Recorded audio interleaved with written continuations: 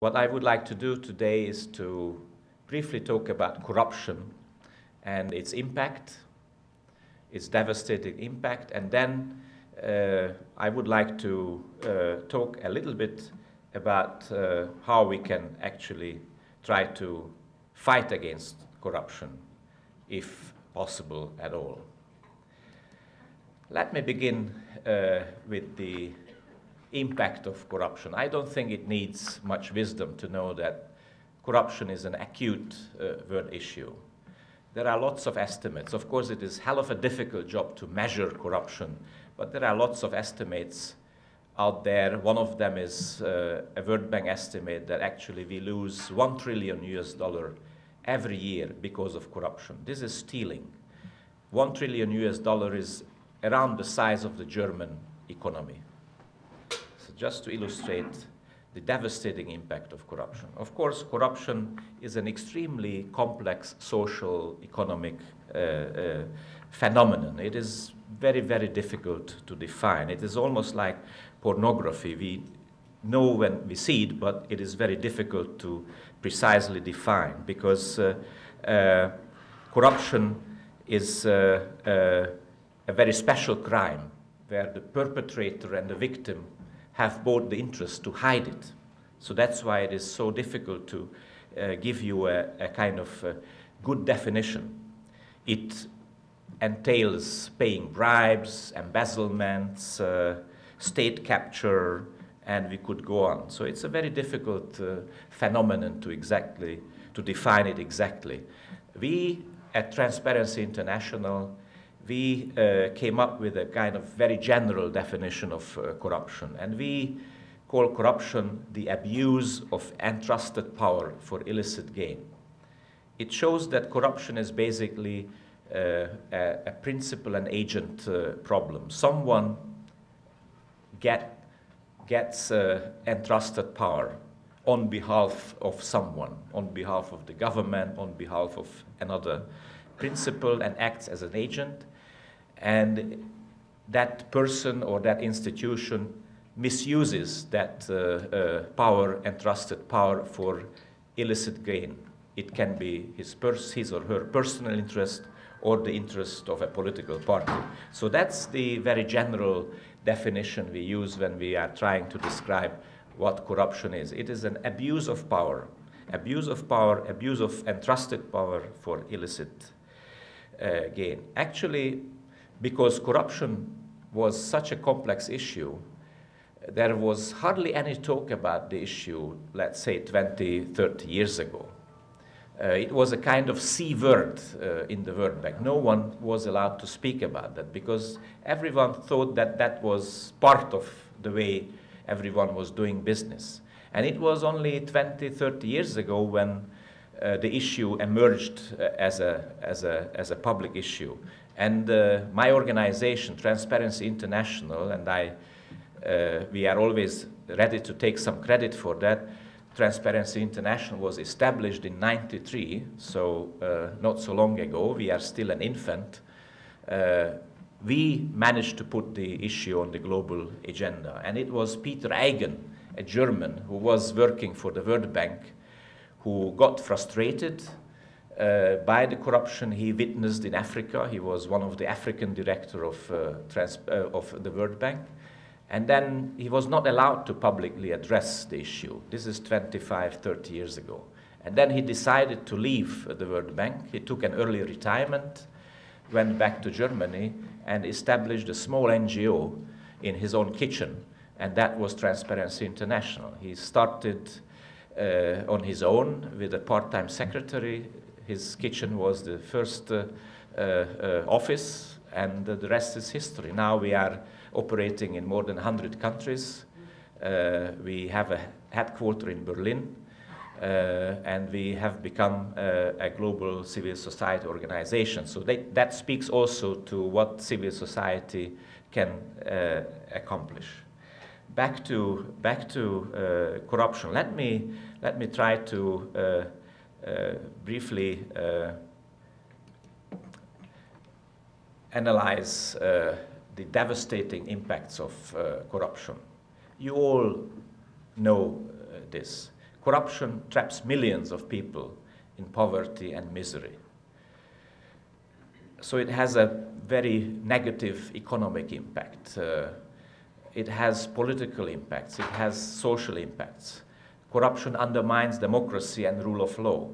It distorts national and international trade.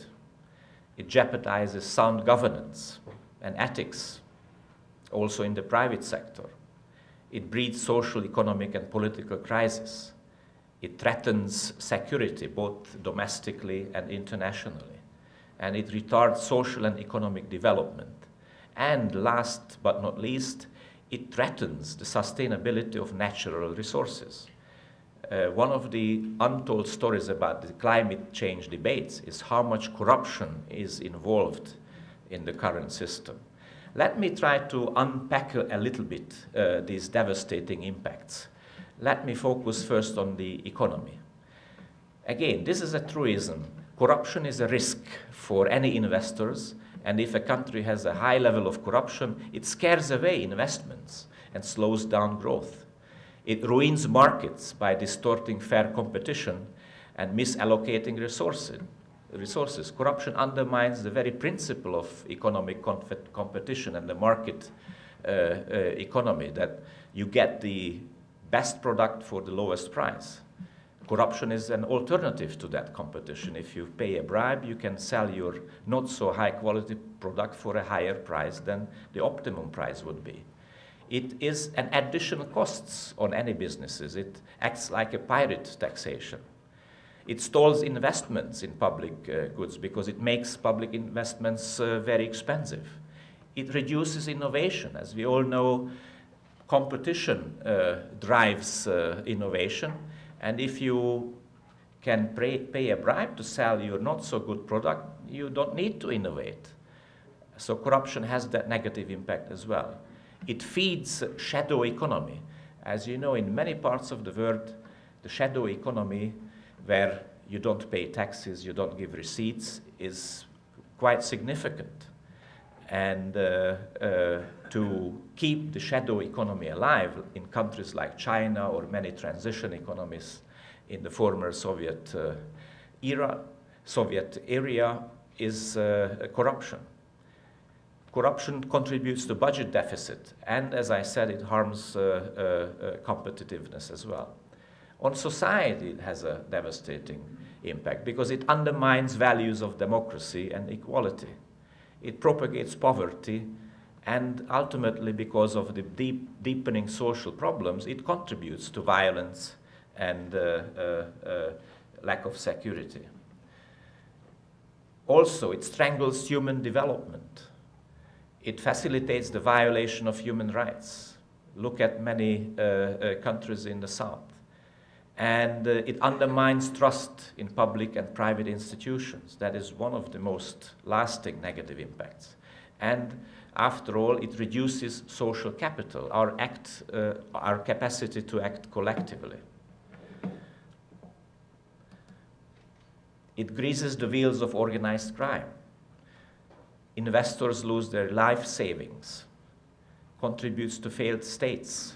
Look at Iraq, look at Somalia, look at Afghanistan. And it erodes the moral fiber of societies. On businesses, it has a negative impact. Any business is facing a huge level of reputation risk. It can reduce your net profit if you operate in a very corrupt environment. It raises the litigation risks for a company. And last but not least, corruption skews the market playing field, the level market playing field, as I described before.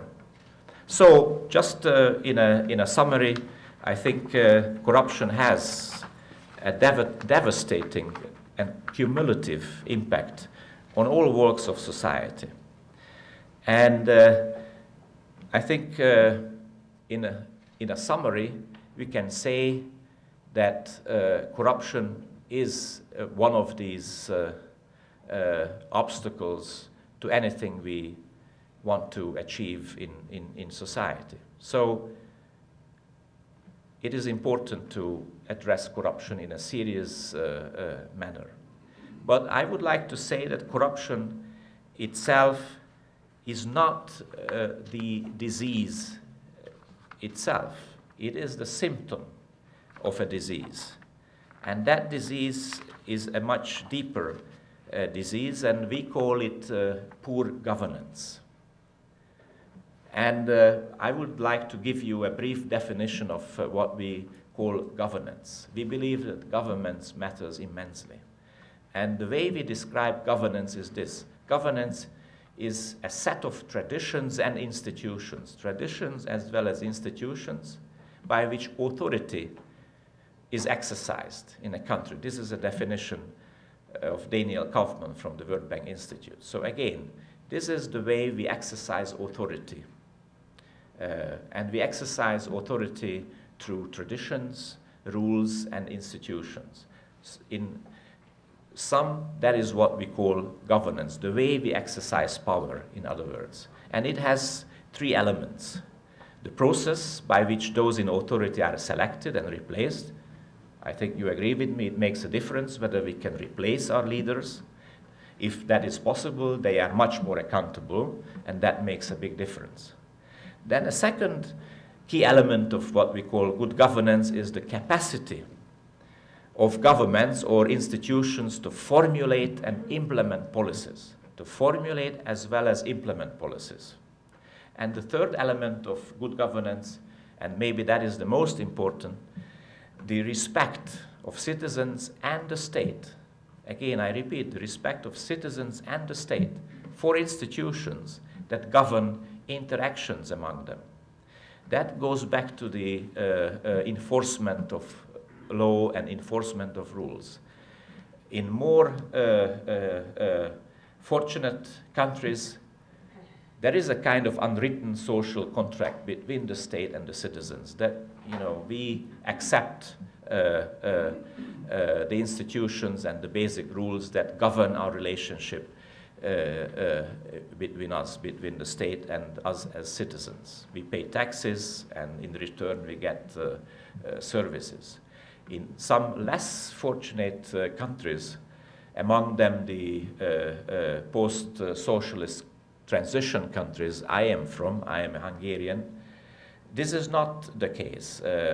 Neither the state nor the citizens actually trust those institutions, and neither of them trust these rules. And we have a kind of vicious cycle. Governments do not trust the citizens, and citizens do not trust the governments. And that leads to additional regulations. The state introduced more and more legislation, more and more rules, because they don't trust the people. And the people established a kind of behavior whereby they try to get away from state regulations. And I think that makes a big difference. The relationship between a Swedish citizen and its government is very different from that of a Bosnian citizen in Bosnia-Herzegovina in the Balkans. In that part of the world, citizens never ever had an experience of an actually good state, a state which has actually delivered products. For them, the state was always the enemy. Regulations were always there to bypass. It was always regulations, and the government represented alien forces. So we have to understand that this relationship between citizens and the state makes a big difference, and where this relationship is not based on a minimum set of trust, then we have a problem, and that is the environment in which corruption will flourish. So we deeply believe that governance matters. Poor governance is a serious disease. It is a deep social, political, economic disease.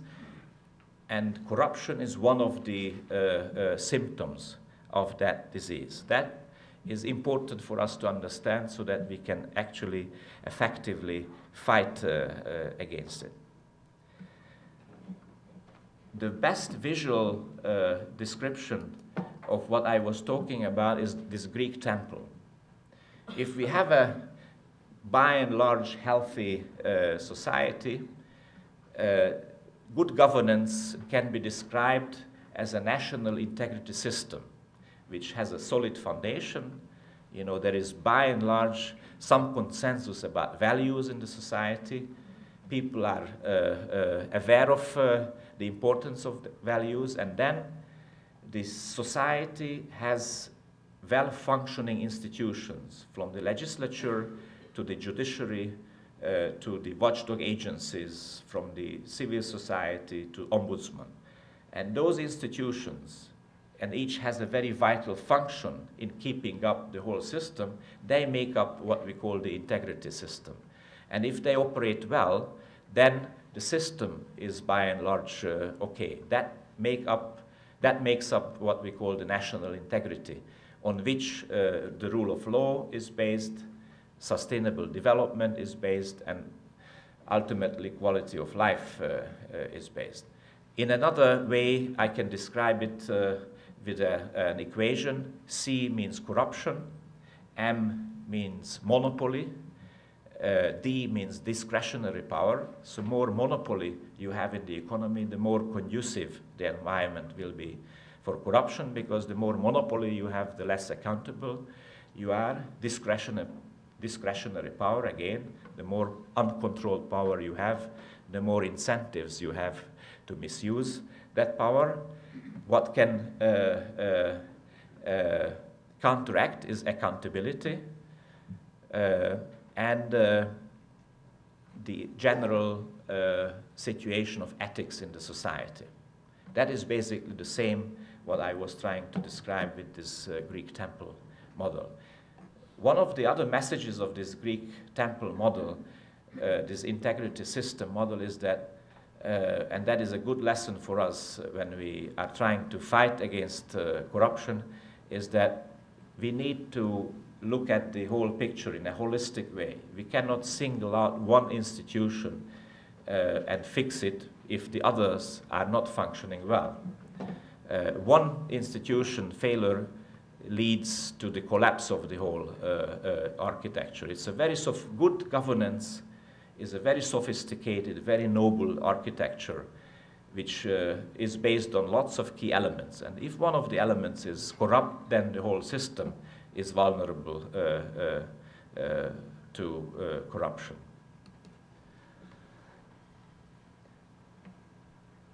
Transparency International, so that was a brief introduction about how we define corruption, what is the concept behind our work. And our main concept, as I said, is the belief that good governance makes a difference. Strong institutions make a difference. How to fight against corruption, how to fight for better governance. One strategy many NGOs like TI are using is the naming and shaming strategy. So for many years now, we have been publishing an annual index which ranks countries according to the perceived level of corruption. And it is a survey done by other research institutions, not by TI itself. And of course, as I said, corruption is very difficult to measure. It is almost impossible to measure. So what we do the next best thing. We ask, actually those institutions ask mostly businessmen and country analysts what they think about the certain country, whether they are corrupt or lesser corrupt or clean. And based on those surveys, we put together this rank every year. No big surprises. I don't have space here to enlist all the countries. Last year in 2009, we ranked 180 countries. And on top, on a scale from 0 to 10, are the countries who are considered the least corrupt. New Zealand was the cleanest country in that sense, Denmark, and then the Scandinavian countries. I put USA, which scored 7.5, that is a relatively good score. Of course, if you talk to anyone in Denmark or even New Zealand or even the US, they will tell you that, oh, this is misleading. We are much more corrupt than what the TI index suggests. And actually, behind the surface or under the surface, there is corruption in New Zealand as well. And on the bottom of the list are the basically failed states where hardly any institutions function. And I think that does not require too much comments. Of course, this measures what we call the demand side of corruption. And we felt that it was a little bit unfair because, you know, this is another index that points to the south, to the underdeveloped, poor countries in the south. And we know that it takes two to tango. So in any corruption in Afghanistan, there is another party involved. And usually the companies from highly developed, rich Western and Northern countries. So we do another index in which we measure exporting countries. I don't have the table here, but we have what we call the bribe payers index as well, just to be fair and just to point to the other side of the story where big corporations from the north are heavily involved in this. So the message of this index is not that we should only blame these poor, underdeveloped countries. The message is that it is a global phenomenon and it takes many parties involved. Corruption in Kenya or corruption in any other African country cannot be possible without highly sophisticated lawyers, advisors, accountants who help those dictators and crooks to hide the money, to launder that money through Swiss or London or New York-based banks. When we want to go behind this index and we try to understand why some countries are up and why some countries are down on that list, basically we can find three main factors that explain the relative position of a certain country on that index. And again, these are very simple things. Whether we like it or not, the income level of a country is a pretty strong determinant. The richer you are, the less corruption you have because you can afford, you can pay for a good government and you have resources to have more or less civilized institutions. Another important factor in the level of corruption is the business freedom. How free business is, what qualities the regulations have. The easier is to do business, the less corruption you will have. It's again very obvious that the lesser contacts with the state lowers the number of potentially corrupt transactions. In an over-regulated environment, there is much more incentives for corruption. In many countries of the world, if you are a small business or medium-sized business and you get 15 inspections per week and you pay 29 times of taxes, definitely you will be corrupt because that's the only way you can survive. So that is also important, that the more enabling the business environment is, the less incentives you have for corrupt behavior. And also government effectiveness is an important factor. The quality of the public administration. The more effective the government, the lower level of corruption. Better governments are harder and less profitable to corrupt. So these three main factors, the wealth of a country, the business climate, and the quality of governments are pretty much determine whether that country is corrupt or lesser corrupt. So this was briefly our index that ranks countries by the perceived level of corruption. This was based on surveys done by experts, and in the surveys they ask experts, business people, investors. We do a different kind of survey We call it the Global Corruption Barometer, in which we asked ordinary citizens, households, and we asked about institutions. What kind of institutions people in 60-something countries believe are the most corrupt ones and the least corrupt ones? No big surprises again. It's a global phenomenon. And it goes back to my previous point that corruption undermines trust in basic institutions. This is an alarmingly low level of trust in political parties everywhere in the world. And this is really very alarming feedback we receive from citizens, regardless of which country we are talking about. The trust in political parties is very low. Almost the same holds true for parliaments and legislations.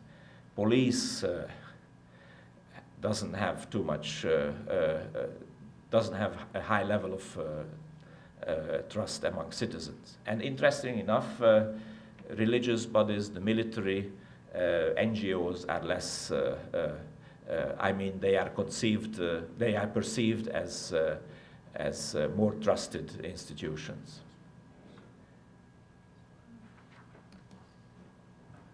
This brings me to one issue which is a key issue in understanding corruption, and that is the trust.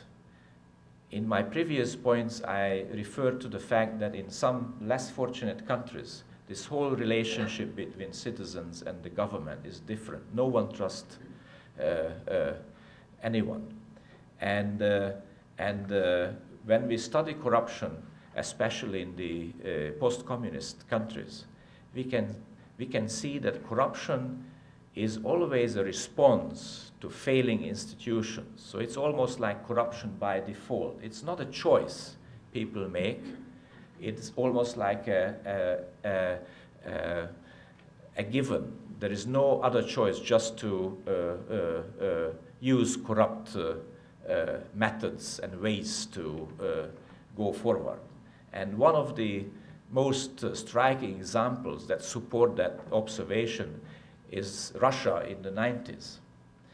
As you know, Russia collapsed after many decades of communism, and the state was not able to deliver any reasonable services, and that was the era of huge economic transformation. You know, market economy was emerging, and as you know, in any market economy, the enforcement of contracts is absolutely vital. But there was no state in Russia that could provide the very needed security for doing business in Russia. So the oligarchs, the new emerging generation of business people, could not rely on state because the state was hardly non-existent. So they had to use, you know, in euphemistic words, private rule enforcement services. There are wonderful Russian expressions for that, the Krishi and the Strelka. Krisha was someone, a professional, who combined two services, legal advice and personal security. They were a combination of bodyguards and lawyers. And if an oligarch had a business dispute with another business partner, they used the services of this Krishi. And it was very funny. An institution emerged, they called Strelka, that's meeting. If you were one oligarch and you had a conflict with another one, you gathered in a nice hotel in Moscow with your bodyguards and legal advisors. You started the negotiations, and only if the negotiation failed, they pulled up the weapons and guns and they killed the other party. So anyway, to be a little bit ironic, it was not that it was a choice of crooks to use corrupt methods in the Russia back in the early 90s. It was because of the lack of state institutions, the lack of law enforcement institutions, which forced many actors to use corrupt methods. So that the point I would like to make is indeed that corruption is always a response to failing institutions. And that was aptly demonstrated in the early years of the Russian transformation. And in the lack of state services, criminal syndicates took over these services. So instead of the Russian law enforcement and police, criminal syndicates provided the conflict resolution services to the businesses. And it is not a new phenomenon. You have seen that in many parts of the world. Mafia structures are always substitutes for the state services. And I think that is very important, that, and it determines pretty much how corrupt a certain environment is. I briefly touched upon the shadow economy before. The shadow economy is deeply related to the size and scope of extrajudicial law enforcement, as we say in nice technical words. If you cannot go to court, you hire the hit brigade and they will do it for you. That's a more robust and brutal way of law enforcement, but that's what happens if you don't have the appropriate state or governmental law enforcement institutions. Let me conclude by, after this very scattered illustration of what corruption is, let me conclude by enlisting some lessons we learned over the last 15, 20 years in combating corruption. One of them is that we have to unpack corruption. There are lots of forms of corruption. Administrative corruption is very different from, for instance, from what we call state capture. Administrative corruption is when you pay a bribe to bypass a law. State capture is a grand scale corruption where actually you buy legislation. If you are a big corporation, you buy certain legislators and they will write the law for you. So the law will support your own interest. Those are two very different types of corruption. Then another lesson we have learned over the years is that one doesn't fight corruption by fighting corruption.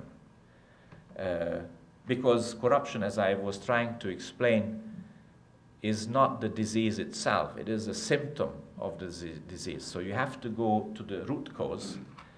And any successful fight against corruption goes hand in hand with macroeconomic political reforms. That's why a good tax system can do 10 times as much to reduce corruption than 25 action points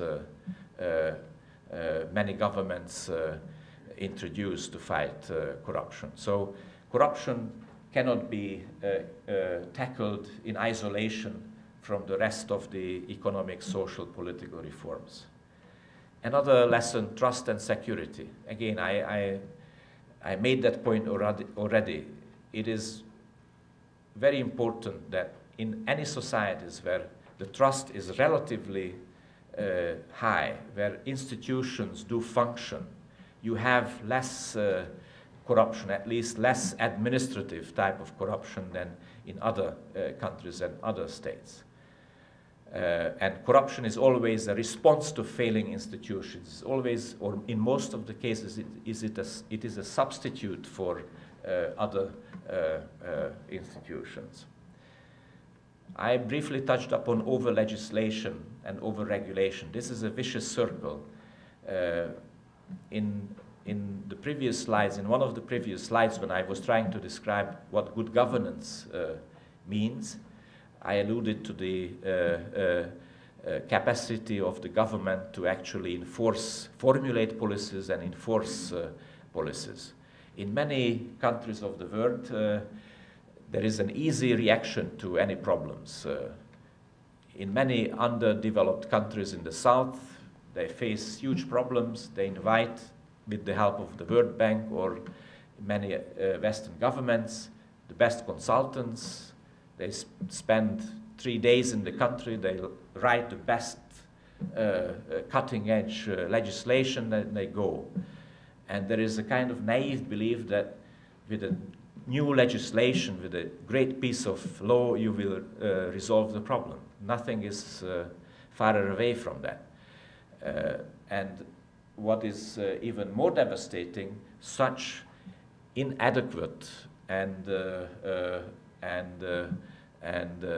alien legislations lead to more corruption, because inadequate regulations create new opportunities for corruption. And that is a vicious circle out of which is almost impossible to break out.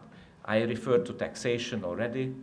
Judiciary is a key branch and a key institution. The level and the quality of judiciary is extremely important. In most of the countries where corruption is a serious problem, we always see that the level and the quality of the judiciary is very, low, and courts are not functioning well, judges can be bribed, and so on and so on. Another lesson we learned over the years is the cohabitation of different norms. That can also lead to corruption. As we all know, during huge transformation periods, when old rules and norms are kind of disappearing, but the new rules and norms are not yet there, there is a void, there is a vacuum. And that invites corruption in quite a big way. And what we can see in many African countries or many transition countries is this cohabitation, coexistence of two very different norms and rules. On one hand, you have the modern, impersonal, market economy-based rules, rule of law, and so on and so on. On the other hand, you know, in modern public administration, based on rule of law, you have solid conflict of interest regulations, norms that expect you not to favor your family, and so on, code of ethics. So on the one hand, you have the modern rules market economy brings with itself. On the other hand, you have the old norms, the kinship-based norms, the tribal norms that are in contradiction to the modern market economy-based rules. And I think this is something we have to understand, that in many countries, if you hold a public office, it is an honor, it is a social obligation for you to help your family members. Otherwise, you would be in big trouble. So these norms are in conflict with each other, and it will take decades and maybe generations to change this coexistence of different norms. And let me conclude. That's the good news for you. Let me conclude by alluding to what we see as a growing danger of this anti-corruption fight, is that corruption has become a catch-all phrase as well. And if you look at elections in the last couple of years everywhere, you will see politicians using the anti-corruption card. Every politician running for an office is nowadays an anti-corruption champion, a crusader, even the most corrupt ones. And because of that, it is very important that civil society and the independent media leads the fight against corruption, because as soon as politicians take it over, it will be always part of political games. That's what I wanted to say to you this afternoon, and I'm happy to answer questions.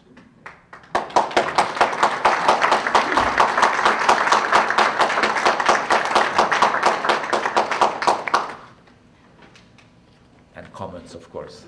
Please. First of all, thank you. That was very, very interesting.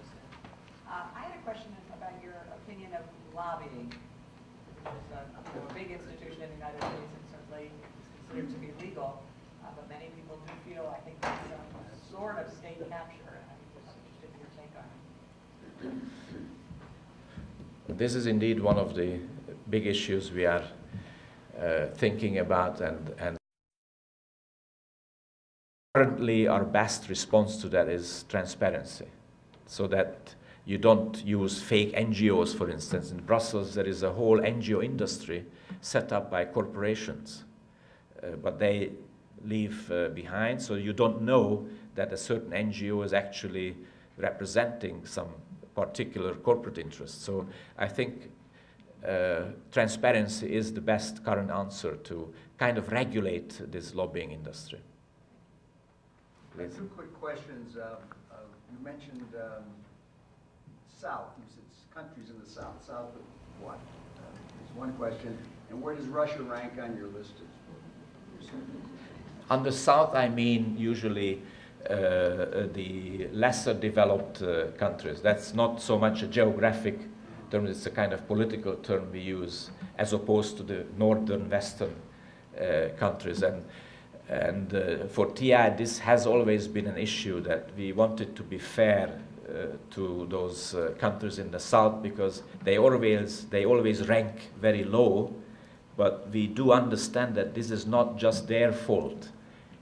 Corruption is a global phenomenon, and the Siemenses and the Enrons and the big companies of the world, they are as well as to blame for as the corrupt governments in the South. Russia is very low. I don't remember, I think it's 2 point something, the score Russia received last time from us, and that is on a scale from 0 to 10. It's pretty and very dramatically low, and what is even worse, this is deteriorating. So there was a short period of time when the index improved a little bit, but ever since Putin took over, and while he stabilized the country in many ways, he introduced very corrupt systems, and he gave almost unaccountable authority to his political allies, and Russia and the government of Russia is now less accountable than it was before Putin. Yeah, please, and then some. Yes, would you say that the Scandinavian countries, where there is more socialism and perhaps less of a gap between the rich and the poor, do better on this scale? I think that explains a lot. I think that's a very important point, because I believe that much of the corruption comes from a situation where the relationship between the government and the citizens are not healthy or are more problematic. In the Scandinavian countries, yes, there is a much smaller gap between the richest and the poorest. You have trust in public institutions. As we all know, in Sweden, this is very strange for us in a country like Hungary and in many other countries. It is almost impossible for us to understand that actually Swedes are happily paying taxes of 60%, because they get back wonderful services, public transportation, education, healthcare. So this relationship is much more harmonious. Of course, they are having problems as well, and if you talk to a Swedish political analyst, an insider, they will tell you that there are some insider dealings between the government and the Swedish corporations, but since everything is functioning well, the issues don't come out. Another point I wanted to mention, and I did not in my presentation, is that corruption to some extent is a derivative issue. By that I mean that people will be aware of corruption or sensitive if some other things don't work well. So you don't care as long as there is a fantastic economic growth and your well-being, I mean, you personal benefit from that growth, you don't care. But the moment you face social, economic, political problems, you will look for explanations, and of course corruption comes in as the #1 explanation for bad performance of governments and conflicts. So in the Scandinavian countries, you have a solid social system, economy is by and large healthy, state bureaucracy is professional and functioning well. So that's why I think the Scandinavians score so well in our index. But the Scandinavians score on almost every other index quite well. And I think that explains why they do well in good governance as well. Sondra, and then, yeah. Sondra was first. I know that your TI is a very young organization, but in its life, can you point to any countries that really have come along? We know that there are some that are less corrupt than others, very much so. But are there any that have been very much worse and are improving because of TI or because of circumstances that they've reformed their governments? Unfortunately, there are not too many, but there are some. But you will see that they always go hand in hand with sweeping political reforms. So whenever they manage to enhance in a big way the quality of the government and the relationship between the people and the government is changing, then you get improvements. One of the most quoted examples in Africa is Botswana, where we had a visionary leader who really introduced step by step and in a kind of gradual way reforms. And Botswana is an African country which ranks pretty high on our list, and it was as corrupt as all the other African governments before. So that's a good example, and it shows that if you have the right politician with the right vision, and if a government follows some very common sense rules, introducing incremental reforms, that can make a difference. I am more positive than many others about the transition countries in East and Central Europe. I think the daily life is less corrupt than it used to be in Hungary and in the Baltic countries.